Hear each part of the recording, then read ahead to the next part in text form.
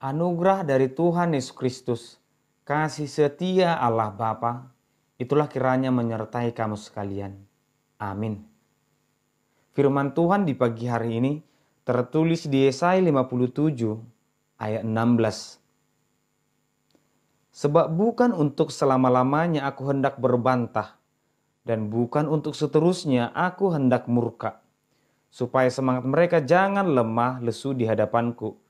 Padahal akulah yang membuat napas kehidupan. Demikian firman Tuhan. Selamat pagi dan salam sejahtera untuk kita semua.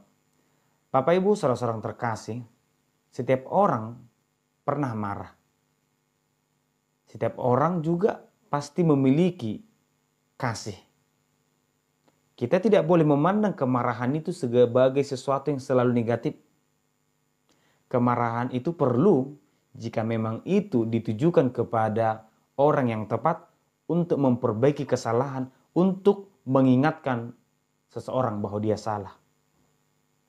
Kasih juga tidak boleh kita pandang sebagai sesuatu yang selalu positif, bahwa seseorang yang melakukan kasih yang menghanyutkan, aku mengasihi meskipun dia jahat kepadaku.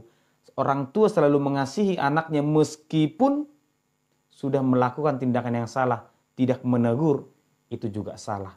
Oleh karena itu, mari kita tempatkan kasih dengan cara yang benar dan kemarahan dengan cara yang benar. Tuhan itu adalah Maha Pengasih. Bahkan digunakan kata Maha. Dalam Yesaya ini firman Tuhan berkata bahwa meskipun gunung beranjak, kasih Tuhan itu tetap. Tapi Tuhan juga pernah marah. Alkitab mencatat bahwa kisah Nuh sebagai bukti nyata kemarahan Tuhan kepada orang-orang yang tidak percaya. Kisah Sodom dan Gomora, bukti kemarahan Tuhan kepada orang-orang yang tidak memiliki kasih dan keadilan dalam hidupnya. Demikian juga kisah bangsa Israel yang terbuang ke Babel. Itu adalah kemarahan Tuhan kepada orang-orang yang semakin menjauh darinya. Tetapi kita harus melihat kemarahan Tuhan ini dari sisi yang positif tadi. Dalam firman Tuhan jelas dikatakan, tidak selamanya aku marah, tidak selamanya aku murka, karena akulah gembala mereka, akulah yang menciptakan mereka, akulah yang membuat nafas kehidupan. Karena memang Tuhan menginginkan semua orang kembali ke jalan yang benar. Tuhan akan marah kepada orang yang tepat dengan cara yang tepat. Dan Tuhan juga akan mengasihi kepada orang yang tepat dengan cara yang tepat. Kita sebagai orang yang hidup pada saat ini, apa yang harus kita lakukan? Apakah kita harus mencari tahu kapan Tuhan marah? Atau kita harus mengimani Tuhan tidak akan pernah marah? Tidak seperti itu. Tuhan tidak pernah berjanji dalam nas ini bahwa dia tidak akan marah. Tuhan akan tetap marah kepada orang yang tidak setia. Dalam Wahyu dikatakan bahwa orang yang suam-suam kuku itu tidak layak kerajaan Allah, akan dimuntahkan.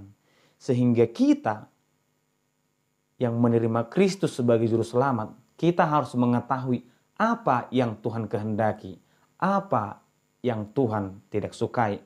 Dalam pasal 57 ada dua hal penting yang sangat dibenci oleh Tuhan. Pertama, ketidakadilan ataupun penindasan kepada orang-orang yang benar.